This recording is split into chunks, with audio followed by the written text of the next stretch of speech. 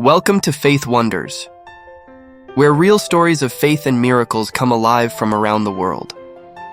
The scream came just after midnight. It was sharp, high, and raw, the kind of sound that tears through walls and wakes something ancient inside every parent. Helen Thompson dropped her coffee mug on the kitchen floor and ran down the hallway, her bare feet slipping on the tiles. "Emily!" she shouted, her voice cracking. The door to her daughter's room was half open. The lights flickered. Inside, the air was thick, not with smoke, but with something colder. Emily, 14, was sitting upright on her bed, eyes wide, pupils like dark wells. She was whispering something, a string of sounds that weren't words. Helen froze in the doorway. "Honey, it's Mom. You're okay? You just had a nightmare." But Emily didn't respond. Her gaze was fixed on the far corner of the room, as if someone was standing there. Then, slowly, her head turned toward her mother. "Don't let him in," she said. The voice wasn't hers. The lights went out. Helen screamed. The next few seconds were chaos, fumbling through the switch, knocking over the lamp, hearing the glass shatter. When the light came back, Emily had collapsed on the floor, shaking uncontrollably. Her lips were blue. Helen wrapped her in a blanket, called 911, and sat there trembling until the ambulance siren cut through the night. The doctors called it a seizure, possibly epileptic, they said. Maybe stress-related. She's young. These things happen. Helen wanted to believe them, but that night kept replaying in her mind, her daughter's voice, that cold air, and those words, "Don't let him in." Over the next few weeks, the episodes came back. Not every night, just enough to make sleep a fragile luxury. Emily would scream, thrash, sometimes whisper in that strange, low tone. Her eyes would roll back. Sometimes she'd claw at the wall until her fingers bled.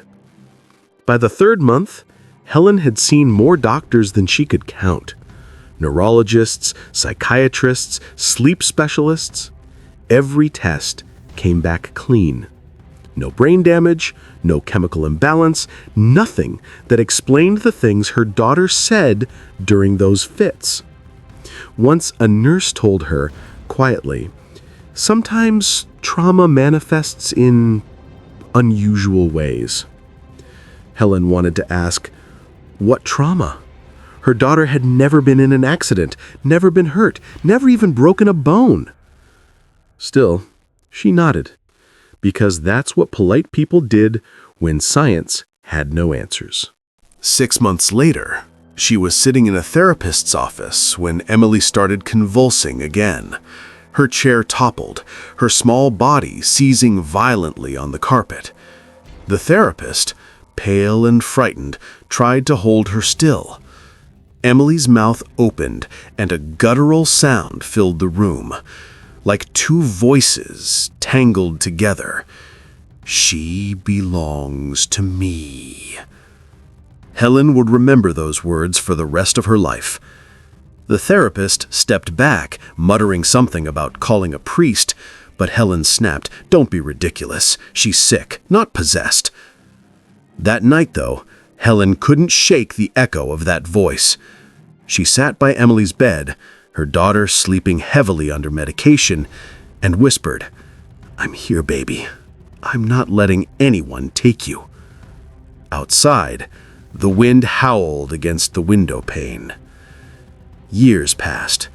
The seizures came and went. The doctors changed their diagnoses, prescribed new medications. Helen learned how to sleep in 2-hour shifts. She learned how to clean blood from under her daughter's fingernails, how to hold her still during the worst nights. When Emily turned 20, she stopped going to college. When she turned 30, she stopped leaving the house. Her body grew thin, her eyes hollow. Sometimes she would talk to people who weren't there. Sometimes she'd just sit by the window and hum an old lullaby Helen used to sing when she was a child. Helen stopped working, stopped socializing, stopped living. Her life became a circle, feeding, cleaning, waiting, praying to a God she didn't believe in.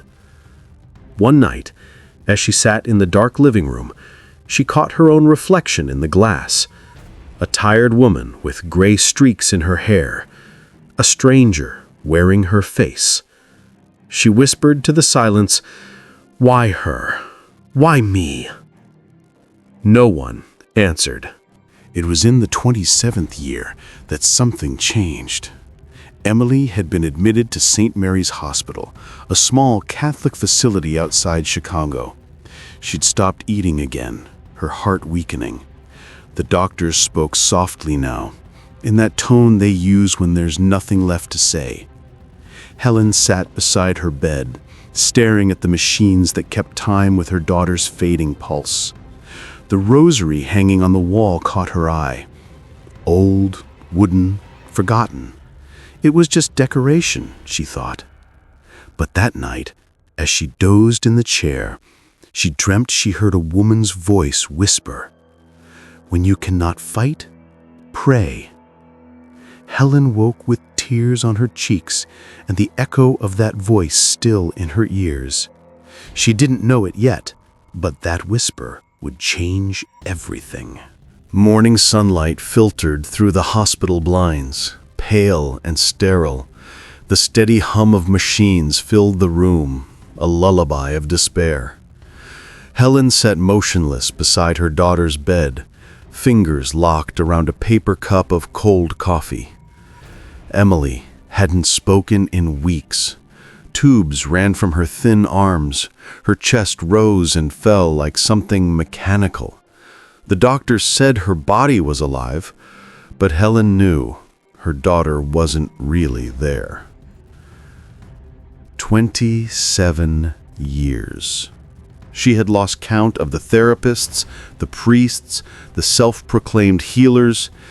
There was a time when she'd driven all the way to Arizona because someone told her of a Navajo shaman who could cleanse dark spirits. Another year, she flew to New Orleans, where an old woman burned sage and muttered prayers over Emily's photograph. Nothing worked.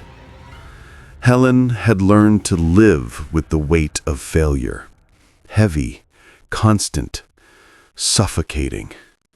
Faith had long since rotted away, replaced by exhaustion and quiet anger. That morning, as the clock ticked past 8, a soft knock came at the door. "Mrs. Thompson?" Helen turned. A woman in a gray habit stood there, simple, serene, her face lined with years of gentle endurance. "I'm Sister Agnes. I visit patients here sometimes. May I come in?" Helen hesitated. "If you're here to preach?" The nun smiled faintly. "No sermons, just company." Helen sighed and nodded. "Sure, but I should warn you, I stopped believing a long time ago." "That's all right," said Sister Agnes, stepping closer to the bed. "God doesn't stop believing when we do." She said it so simply, without effort, that Helen didn't know how to respond. Sister Agnes sat quietly for a moment, gazing at Emily. Then she reached into her pocket and took out something small, a wooden rosary, its beads worn smooth from use. "This was given to me when I took my vows. It's seen many tears, many prayers. Sometimes I lend it to those who need it more than I do." Helen shook her head. "I appreciate it, but that's not going to help her. I've tried everything." "Then one more thing won't hurt, will it?" The nun placed the rosary on the nightstand. The faint scent of rosewood filled the air. Helen looked at it conflicted. "I don't even know how to pray the rosary." "I can teach you," said Sister Agnes gently. "It's not about words, really. It's about trust." Trust. That's a hard thing to find after 27 years of watching your child fade away. Sister Agnes nodded, her eyes soft but unwavering. "Then maybe tonight, just hold it. Don't say anything. Let the silence pray for you." That night, the hospital ward was quiet. The rhythmic beep of machines, the scent of disinfectant. Helen knew it all too well. She stared at the rosary beside her. Her fingers twitched toward it, then stopped. This is stupid. Beads can't save anyone. But then Emily moaned softly in her sleep, a sound that chilled Helen to the bone. It was that voice again, deep and cruel, layered beneath her daughter's breath. "It leave her," it hissed. Helen froze. The room seemed to darken, though the lights hadn't changed. She reached instinctively for the rosary and clutched it tight. The wood was warm, impossibly warm, as if alive. "Go away," she whispered. "You can't have her." The heart monitor flickered. The air turned heavy, pressing down on her chest. She felt a presence, something unseen but real, circling like smoke. Helen's voice broke. "Please, someone, help her." Then, as an answer, her fingers began to move on their own, sliding from bead to bead. She didn't remember the prayers, but somehow words formed in her mouth. "Hail Mary, full of grace, the Lord is with thee." Tears streamed down her face as she stumbled through the decades, her voice trembling. She wasn't even sure what she was saying. She just kept going, the rhythm of the beads anchoring her to something beyond fear. After a while, the air felt lighter. The darkness in the corners receded. Emily's breathing slowed, deep and steady for the first time in years. When the final amen left her lips, the rosary felt cool again. She looked up, and for a brief second, she thought she saw someone standing by the window. A woman, clothed in white, watching with quiet sorrow. Then the vision faded, leaving only moonlight spilling across the floor. Helen sat there trembling, her hands still clutching the beads. For the first time in decades, she felt something stir deep inside her chest. Not peace, not yet, but hope. The next morning, the doctors couldn't explain why Emily's vital signs had improved overnight. Her heart rhythm had stabilized, her oxygen levels rose. "It's too early to tell," one of them said cautiously. "Could be temporary." But Helen knew something had shifted. When Sister Agnes returned later that day, Helen didn't let her finish speaking. She pressed the rosary back into the nun's hands and whispered, "Teach me how to do it right."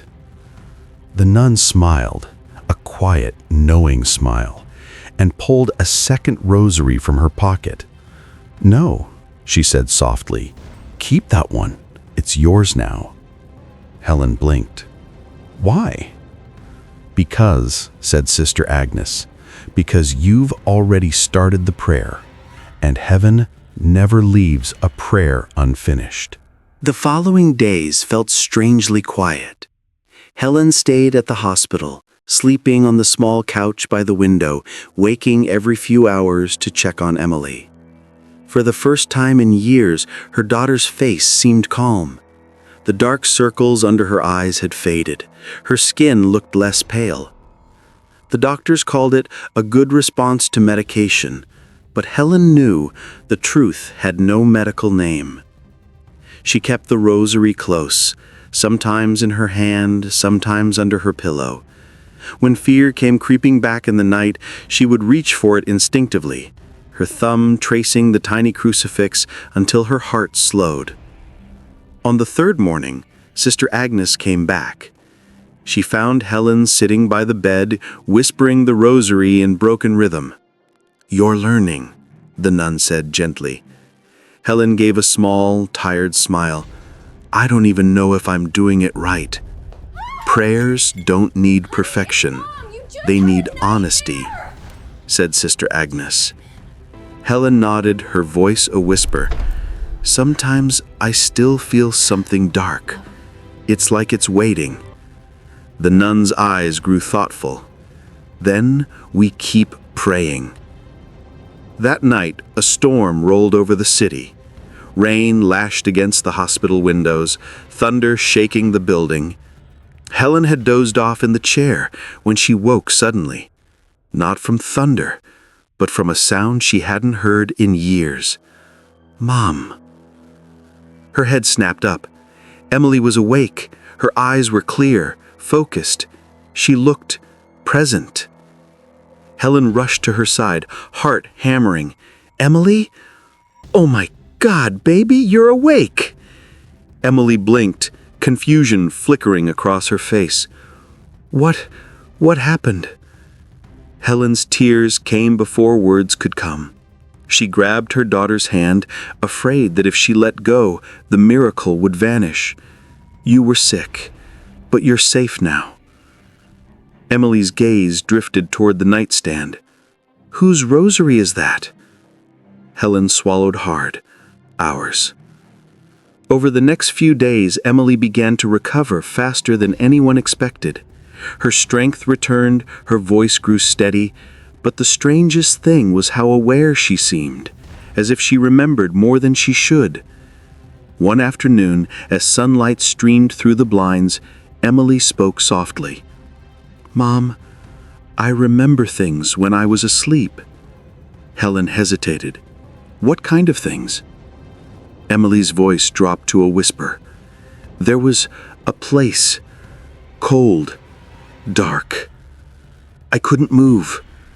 And there was a voice, angry, hateful. It told me I would never see you again." Helen felt her stomach tighten. "And then there was light. A woman stood there. She said, 'Your mother is praying. Hold on.'" Helen's breath caught. "She had kind eyes, and she wore white." Helen couldn't speak. Her fingers trembled as they brushed against the rosary beads. Sister Agnes visited that evening. When Helen told her what Emily had said, the nun's expression softened. Not surprised, but reverent.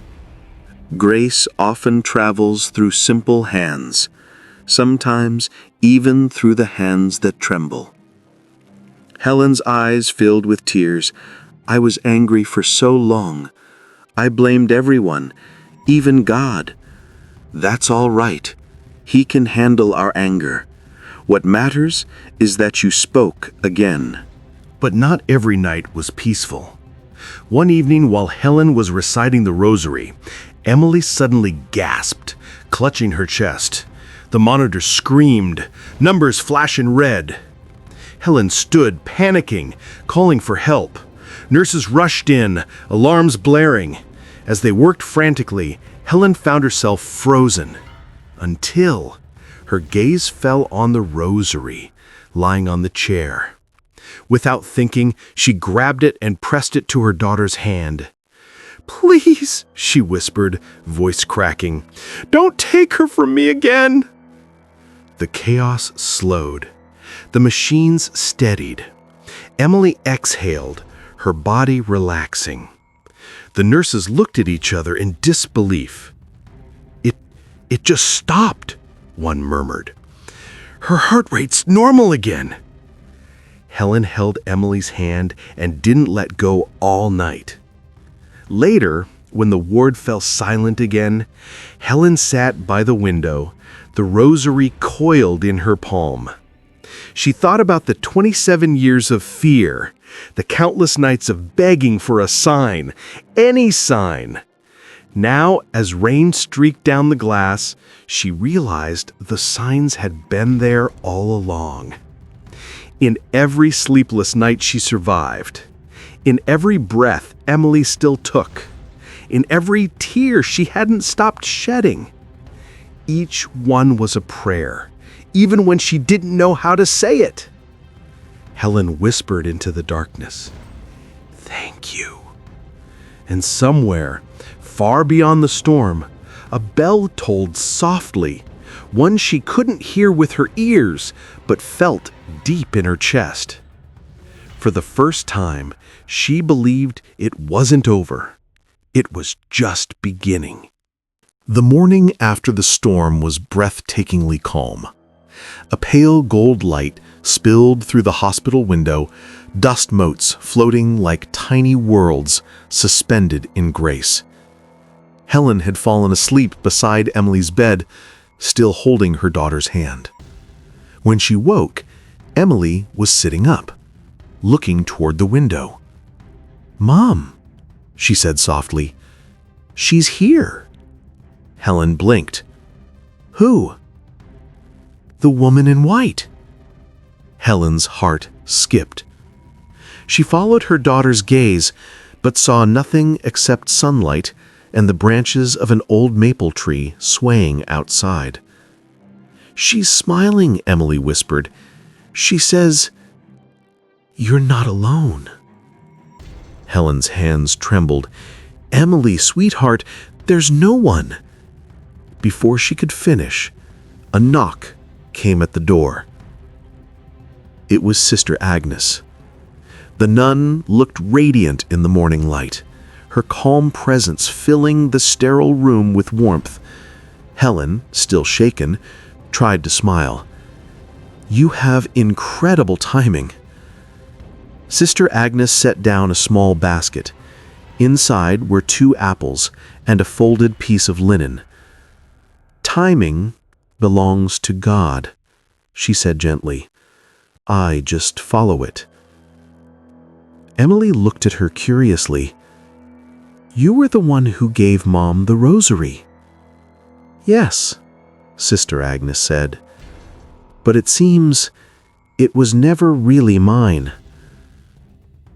She sat by the bed, studying the girl's eyes.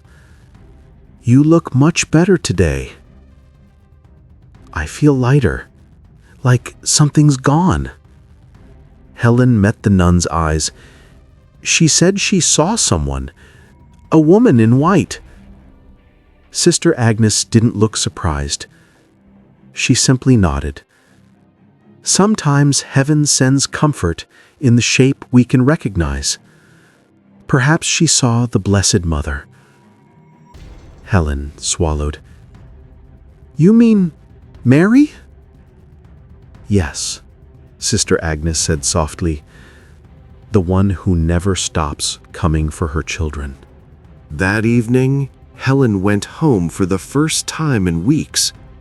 The apartment felt strange, quiet, still, like a memory she hadn't visited in years. Dust covered the shelves. On the counter sat an old photo. Emily at 10, smiling, hair wild from the wind, holding a puppy. Helen traced the photo with trembling fingers. 27 years of fear had left her with scars no one could see. She had screamed, doubted, cursed, begged, and now, somehow, peace had found her in a hospital room through a handful of wooden beads and the prayers she once thought useless. She sat down on the couch, rosary in hand. This time, she didn't rush through it. Each bead, each whisper, felt alive, not mechanical, not desperate, but intimate. When she reached the final Hail Mary, she opened her eyes and gasped. The living room light flickered softly. The air shimmered, just for a second. And there, by the window, she saw her. A woman clothed in white, bathed in pale light, eyes gentle as the dawn. Helen couldn't move, She wasn't afraid, not this time. The woman smiled, and her voice came not through sound, but through the heart. You never prayed alone. Every tear you cried was heard. Helen's breath trembled. Who are you? The answer came like a whisper, carried by light. The mother who stands beside every suffering child. Then, as softly as she appeared, the vision faded, leaving behind only the scent of roses and the warmth of peace that no words could describe. Helen sank to her knees. For the first time, she didn't ask for anything. She simply said, "Thank you." When she returned to the hospital the next morning, Emily greeted her with a radiant smile. "I dreamed of her again," Emily said. "She told me to keep the rosary close, that every prayer is a thread of light, and if I keep holding on, it will lead me home." Helen's eyes filled with tears. Maybe she led both of us home. Sister Agnes entered then, quietly, as though she'd heard every word. "She always does," she said. "That's what the rosary is, a map for lost souls, each bead a step toward grace." Helen reached for Emily's hand, and together they prayed. Not out of fear, not to demand miracles, but out of love. And somewhere, in that quiet hospital room, a soft wind stirred the curtains. It carried the faint scent of roses. That night, Helen walked out of the hospital into the cool autumn air. The city lights shimmered in the distance, the world moving on as if nothing extraordinary had happened. But inside her, everything had changed. She no longer felt trapped by pain or time. The years of despair had become the soil where faith could finally bloom. She looked up at the stars and whispered, "Thank you for finding me." And for a fleeting moment, she could swear one of the stars shone brighter, pulsing gently as if answering her prayer. 2 weeks later, Emily was discharged from the hospital. The doctors couldn't explain it. Her blood tests were normal. The seizure is gone. They called it spontaneous recovery. Helen called it something else. When they left the hospital, the autumn air felt like a first breath after years underwater. Emily stood for a long time outside the doors, staring at the sunlight. "I feel like I've never really seen the world before," she said. Helen smiled through her tears. "Welcome back, sweetheart." Home felt different. The same furniture, the same pictures, yet everything carried a quiet warmth now. Helen placed the rosary on the small wooden shelf near the window, beside a candle and a vase of roses that Emily had picked from the hospital garden. That evening, they sat together at the kitchen table, something they hadn't done in years. Emily ate slowly, her face calm, her eyes steady. "Mom," she said suddenly, "do you think I was really possessed?" Helen hesitated. "I don't know, honey, but I think something dark had its hold on you, and now it's gone." Emily nodded. "I don't feel angry anymore, or afraid. It's like something lifted off me." Helen reached for her daughter's hand. "That's all that matters." Then Emily smiled faintly. "I think I was never really lost, just waiting to be found." Helen blinked away her tears. "And now you are." That night, Helen woke to the sound of quiet weeping. She walked to Emily's room and found her kneeling by the window, holding the rosary. "What's wrong, sweetheart?" Emily looked up, eyes glistening. "Nothing, Mom. I felt her again." Helen's heart tightened. "The woman in white?" Emily nodded. She didn't speak this time. She just smiled, and then she was gone. But I knew what she meant. What did she mean? Emily looked out the window. That it's time to go home. Helen frowned. "But you are home." Emily shook her head gently. "Not me, Mom. Us. We have to go back, where it started." 3 days later, they drove out of the city, into the countryside where Helen had grown up, a small town with rolling fields and a little white church on a hill. It had been almost 30 years since she'd last been there. When they arrived, the church looked the same, humble, with peeling paint and a single bell that chimed faintly in the wind. Inside, the air was cool and smelled faintly of wax and wood. Helen and Emily knelt before the altar. Neither spoke for a long time. Finally, Helen whispered, "I used to come here when I was young. I stopped believing when everything went wrong." Emily smiled softly.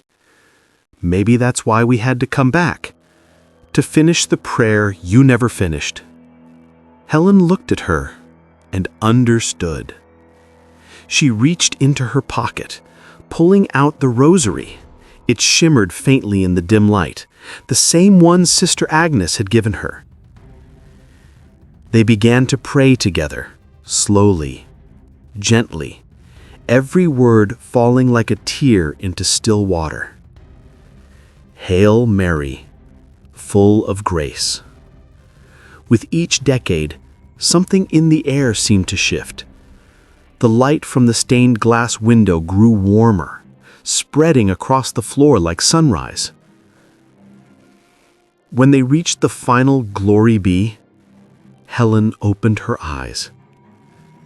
And there she was again. The woman in white stood near the altar, surrounded by soft golden light. Her eyes were full of tenderness and pride. Helen couldn't move, couldn't speak, but she felt the words pressed into her heart. "You have come home." Then the woman lifted her hand, blessing both mother and daughter. A soft wind swept through the church, carrying the scent of roses once more.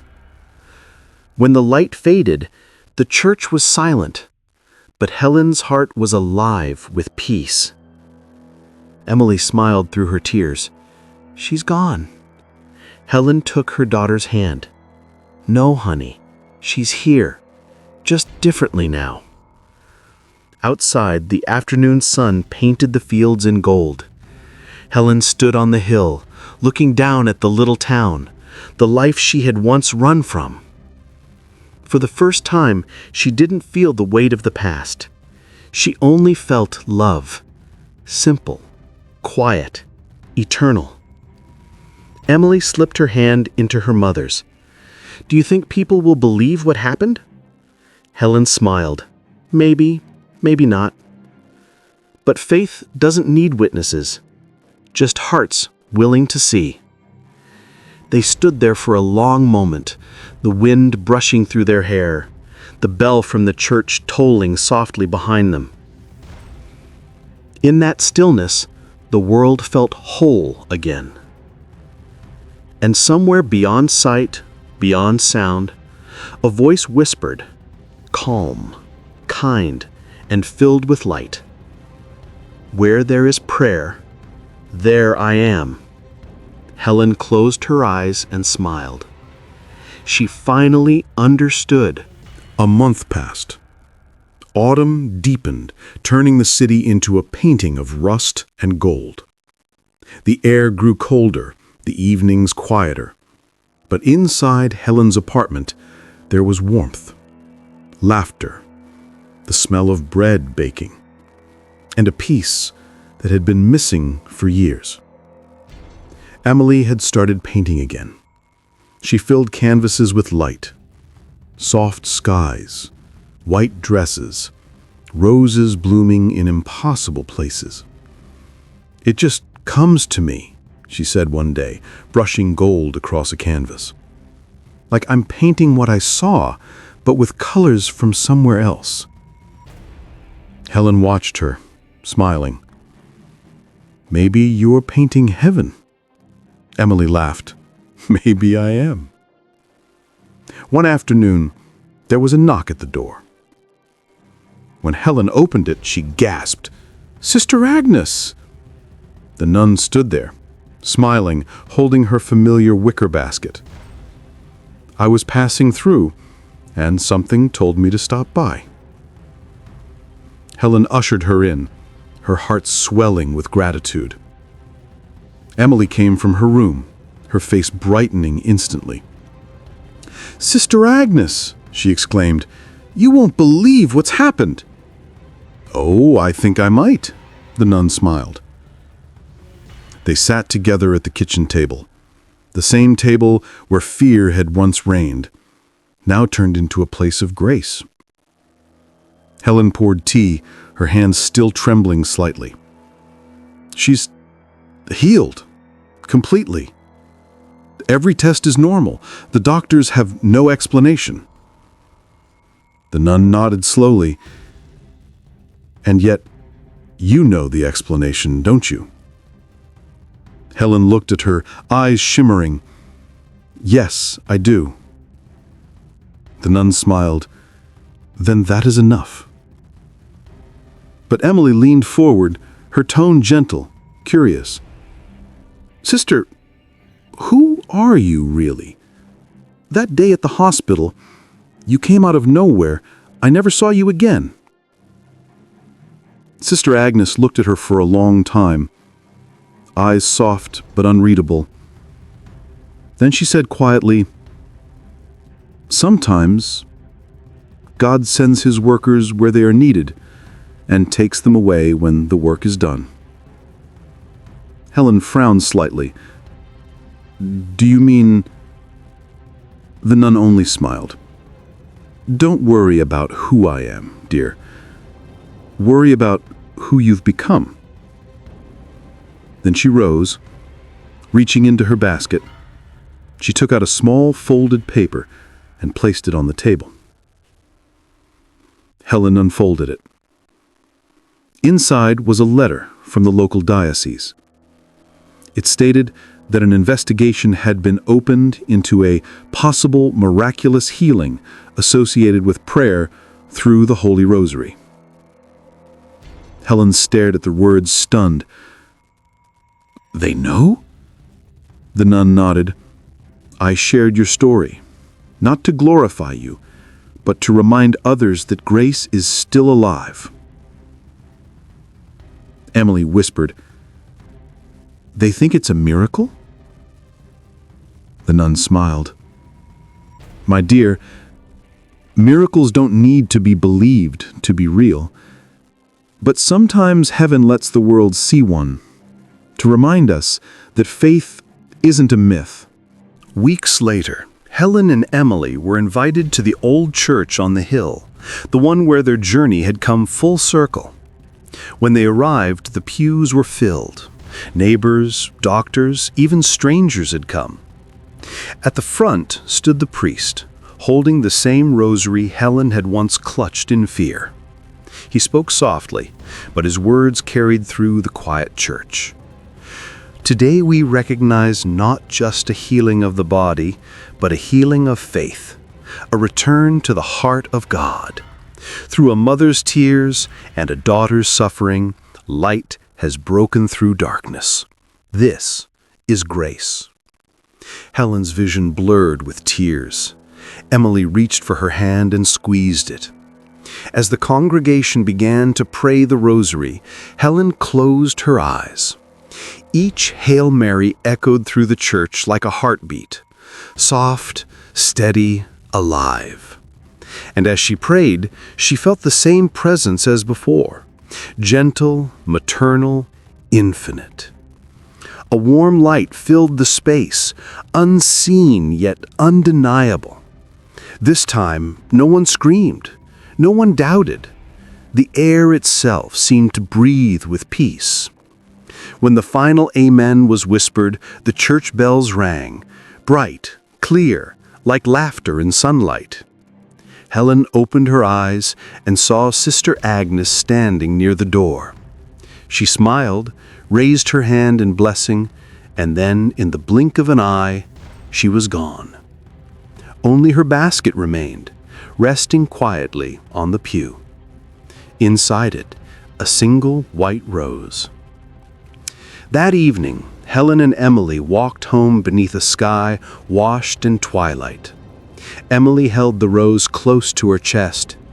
"Do you think we'll ever see her again?" Helen smiled. "We already do, every time we pray." They stopped by the river, watching the water shimmer in the fading light. The world felt holy in its stillness, not because something miraculous had just happened, but because they could finally see it. Emily whispered, "It's strange. I used to be afraid of silence. Now it feels like home." Helen looked at her daughter, whole, alive, radiant, and said, "That's because peace isn't the absence of sound, it's the presence of love." For a moment, they stood there in silence. Then Emily began to hum a tune, soft, slow, something that sounded almost like a lullaby. Helen joined her, and as the stars appeared one by one over the quiet river, their voices blended with the night. Two souls who had once been lost, now found, now free. Far away, a church bell rang once more, and in that sound was the whisper of a promise kept. Where faith lives, miracles never die. 10 years later, the house looked almost the same. White curtains, framed photos, the smell of coffee in the morning. But everything inside it told a different story now. Helen sat by the window, sunlight spilling across her hair. The years had touched her gently. Her hands, once trembling with fear, now held peace with the same steadiness she once prayed for. On the table beside her sat the old rosary. The wooden beads had darkened with time, polished smooth by countless prayers. Next to it was a small vase, always filled with a single white rose. Every morning, Helen began her day the same way. She would light a candle, touch the first bead, and whisper, "Thank you." Not because she wanted anything, but because she remembered everything. Emily lived nearby now, an artist with her own small studio overlooking the river. Her paintings had become quietly famous. People said there was something unexplainable in them, a kind of light that felt alive. When asked where her inspiration came from, Emily would smile and say, "From the silence between prayers." On Sundays, she visited her mother. They'd walk through the park, talking about ordinary things, dinner recipes, weather, laughter. But sometimes they'd fall silent, just listening to the wind moving through the trees. And every time, Helen would think of that hospital room. That night of fear and grace, and she would know that silence wasn't empty. It was full of mercy, of love, of presence. One evening, as the sun melted into the horizon, Helen found herself in the old church again, the same one on the hill where everything had changed. She knelt before the altar, her eyes on the flickering candles. It was quiet. No music, no crowd, just the sound of her heartbeat and the faint creak of wooden pews. "I never forgot," she whispered. "You didn't just heal my daughter, you healed me too." Her voice trembled. "You taught me that miracles aren't always about the impossible. Sometimes they're about learning to believe again." Mom, you just had a nightmare! She paused, her eyes closing as tears warmed her cheeks. "Thank you for the light that stayed." At that moment, a soft wind moved through the church, stirring the flames of the candles. And for just a heartbeat, Helen thought she saw her, the woman in white, standing near the back, her face radiant, her smile unchanged. Then the vision faded, leaving behind the faint scent of roses. Helen smiled. "Still here," she whispered. Outside, the night was falling, gentle, serene. Helen stepped out into the cool air, her rosary still in hand. The stars blinked above her like the eyes of heaven itself. As she began her walk home, she whispered the familiar words, not out of habit, but as a rhythm of love she never wanted to end. "Hail Mary, full of grace." Each word drifted into the night like a note of music, rising toward the sky.